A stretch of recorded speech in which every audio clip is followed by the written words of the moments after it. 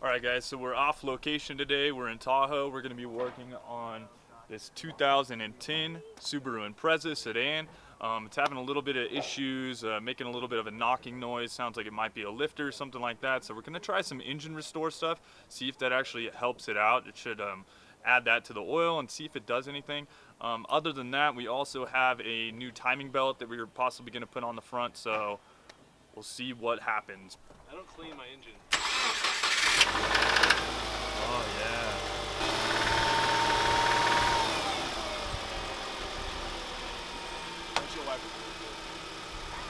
Look at this battery. Oh my god. Yeah. Well, let's start out with an oil change and see what happens. What are we doing? Valve cover. The driver's side is leaking pretty bad. We got underneath it last night and the hole underneath the engine bay is just soaking wet. Oh. So we're going to do driver's side valve cover today as well.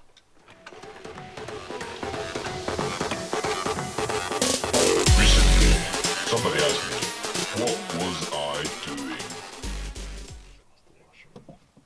That was not that much oil. No. At all.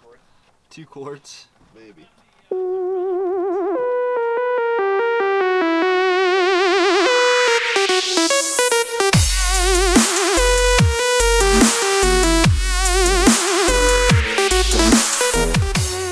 See what this bad boy does with some oil in it.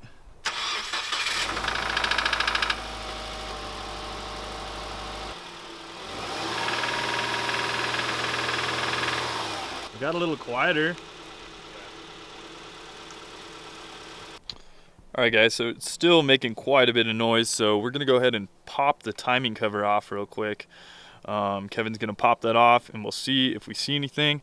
We also have a leaky valve cover, so we're going to replace the gasket on that as well, and then hopefully we can get an idea of a little bit how that looks in there too.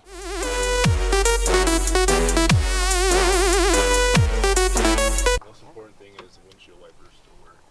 Yep.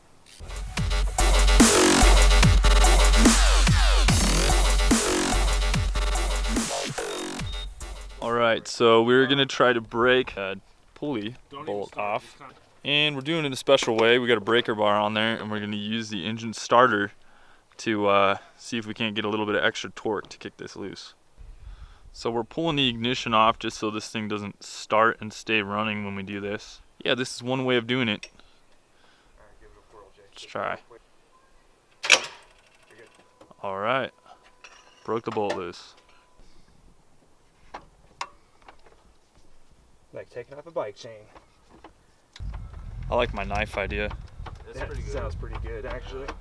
We got all the belts off now, so we're just trying to get the middle crankshaft pulley off, and then we are going to pull the rest of the timing cover off so we can replace the timing belt. Lightweight reduction, guys. Get some more pony power out of that. Oh yeah. Hopefully maybe it skipped a tooth or something because this belt is super floppy. You can see this one over here maybe. This one's just completely spinning. So, and that is super loose as well. So we're gonna replace the timing belt and see if that helps anything. So we're running the Gates timing belt kit on this guy, but we're gonna be running an OE thermostat and water pump. The belt, Gates, we run those on my buddy's race cars, and so that's okay getting away with that, but it's crucial with these Subarus to run the OE pump and thermostat. Most aftermarket thermostats are kind of junk. They break after a few thousand miles, just lock up and overheat, and you know, the car is being prone to head gasket issues as to begin with. You just don't want to risk it. And most of the aftermarket water pumps, they're just not as durable as a Subaru, and so these two parts are crucial. We're gonna go with the rest of the kit though from Gates. So we gotta remove that last bottom hose before we can pull out the radiator.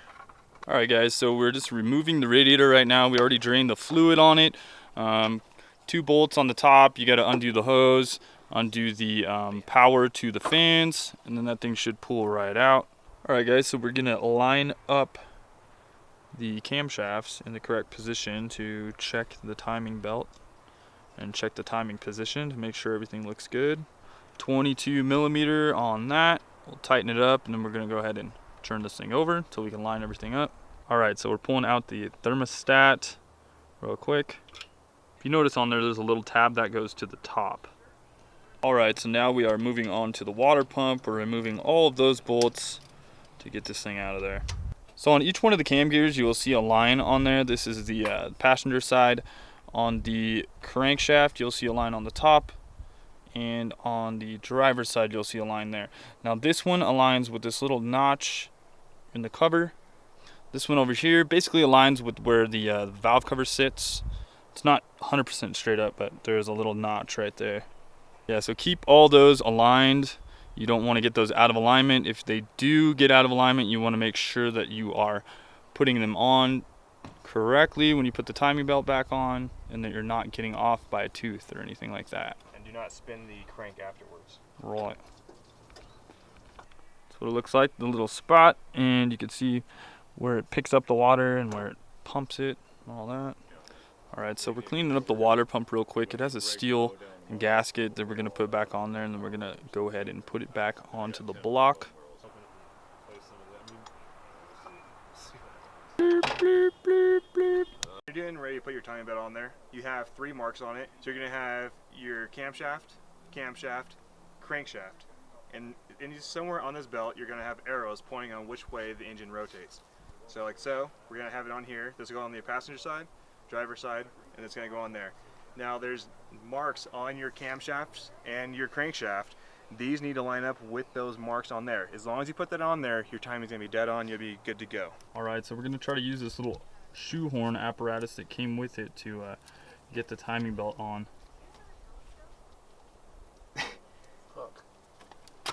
Nope. Bitch. It's kind of working. Slash not. Now this pin right here is for your tensioner, your timing belt tensioner. Make sure when you go to put that guy on there, you leave this on here. Once you have everything bolted up and tightened, go and pull it out. Now it's going to be hydraulic pump, and that's going to actually press out, and that's what's going to put the tension on your timing belt. Sweet. After we got all that, we're going to get a couple spins, let it go around, make sure everything's functioning, nothing's hitting. So that would be all bad news. Alright, so we got everything back on there. Does everything look like it's going to work? I'm hoping so. I mean, we got everything on there, everything lines up, the windshield wipers work.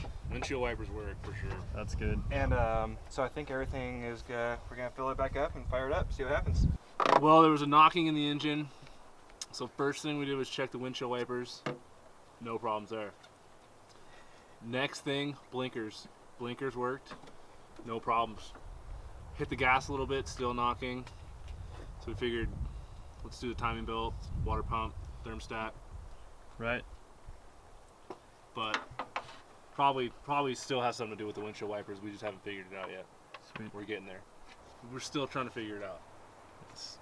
Do they spray though? Do they spray? That could be it right there. We haven't even tried that yet. Because if they're not spraying, I mean spraying, maybe there's a clog in the system and it's making the engine knock. Right. That's it. God damn it, we're geniuses. Alright, so we got everything bolted back up on there, and now we're going ahead and putting the radiator back in the car. Gonna go ahead and connect the hoses back up and fire it up, see if the noise goes away. Just refilling the radiator with some coolant. We've got everything bolted up. Windshield wipers good. Alright, No problems there. that's good. Still got a click.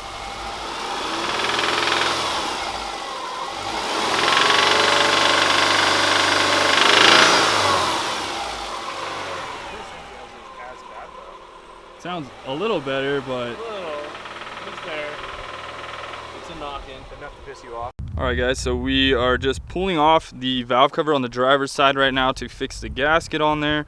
On these naturally aspirated 2.5 liters, it's really easy to get in there and get the spark plugs out, or to get the spark plug coil wires off, because it's a single overhead cam, so that makes it very easy. Alright, so Kevin is just finishing up that valve cover gasket installation. So it was actually a real pain to get that thing on there. You may, if you really want to get that valve cover off, you may have to loosen up a motor mount and jack up the motor on one side, because it won't come out of the frame rails in that area.